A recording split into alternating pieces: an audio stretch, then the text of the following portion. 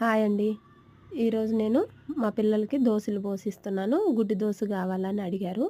గుడ్డు దోసకి నేను దోస పిండి ఇట్లా దోస పోసి కొంచెం టమాటా పచ్చడి గానీ, ఇంట్లో నిల్వ పచ్చడి, మామిడికాయ పచ్చడి ఏ పచ్చడి ఉన్నా ఇలా పైన పూసేసి తర్వాత ఒక గుడ్డు పగలగొట్టి ఏస్తానండి. మా ఇంట్లో పిల్లలు చానా ఇష్టంగా తింటారు. తర్వాత ఒక గుడ్డు ఇట్లా పాలగొట్టుకొని సేమ్ మనం పచ్చడి ఎలా అయితే పూసుకున్నామో అలానే గుడ్డు గూడా మొత్తం దోస మొత్తం వచ్చేలా పెట్టుకొని కాగబెట్టుకోవాలి. కాల్చుకొని మన దోసలాగానే కాల్చి తిరగేసుకోవాలి. అప్పుడు టేస్ట్ చానా బావుండిద్ది.